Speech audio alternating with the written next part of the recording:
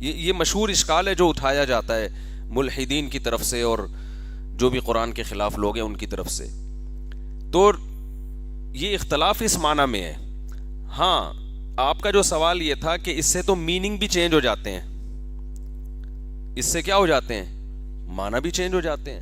تو پہلے یہ سمجھیں کہ اللہ نے ایسا کیا کیوں ہے کہ نبی کو اجازت دی کہ اس آیت کو آپ یوں بھی پڑھ سکتے ہیں اور یوں بھی پڑھ سکتے ہیں. اس کی حکمت علماء نے بیان کی ہے کہ قرآن ہے بلاغت کی کتاب, اور قرآن کا معجزہ کیا ہے, بلاغت. تو بلاغت کسے کہتے ہیں؟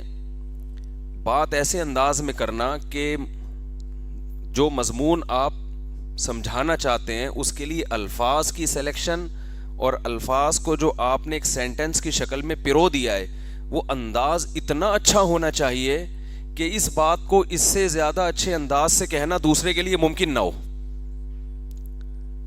تو اس کو ہم کہیں گے یہ بلاغت کی انتہا کو پہنچا ہوا ہے یہ کلام. سمجھ میں آ رہی ہے بات؟ مثال کے طور پر نماز کی اہمیت پہ بات کرنی ہے.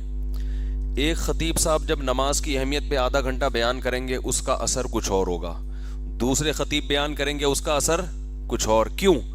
الفاظ کی سلیکشن دونوں کی ایک دوسرے سے جدا ہوگی.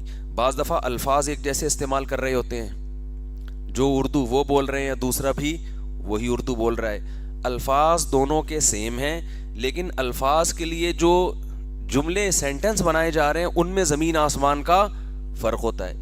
ایک کی بات بہت مؤثر ہو جاتی ہے, دوسرے کی بات میں وہ جان نہیں رہتی. تو آپ جب کوئی بات کرتے ہیں نا سامنے والے کے دل میں اتر جائے وہ بات, ایسی الفاظ کی سلیکشن ہو. تو قرآن کا یہ دعویٰ ہے کہ قرآن بلاغت کے جس معیار پر پہنچا ہوا ہے اس سے اوپر کوئی معیار ہو نہیں سکتا.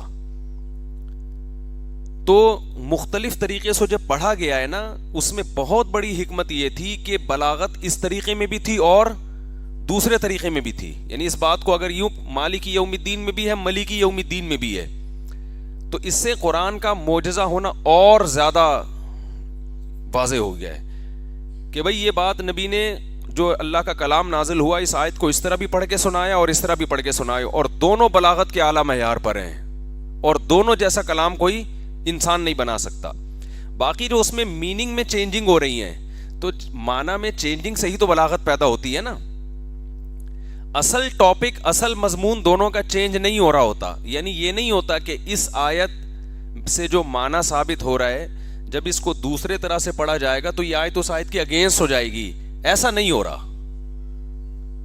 جیسے قرآن میں بعض جگہ افلا تعقلون ہے اور بعض جگہ افلا یعقلون, یعنی ایک آیت تعقلون پڑھی گئی ہے اور اسی قرات میں دوسری قرات میں اس کو یعقلون پڑھا گیا ہے. تو تعقلون کا مطلب کیا ہے؟ تمہیں عقل نہیں ہے. یعقلون کا مطلب انہیں عقل نہیں ہے.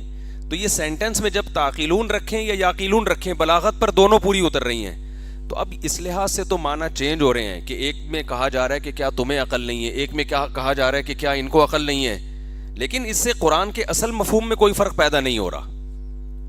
بھائی آپ چاہے کسی کو سمجھانے کے لیے یہ کہیں کہ تمہیں عقل نہیں ہے, یا نبی کو خطاب کر کے کہا جائے کہ ان کو عقل نہیں ہے, تو بات نتیجہ تو ایک ہی نکل رہا ہے نا. تو یہ والی چینجنگ تو ہو رہی ہے لیکن ایسی چینجنگ نہیں ہو رہی کہ معنی ایک دوسرے سے ٹکرانا شروع کر دیں. جی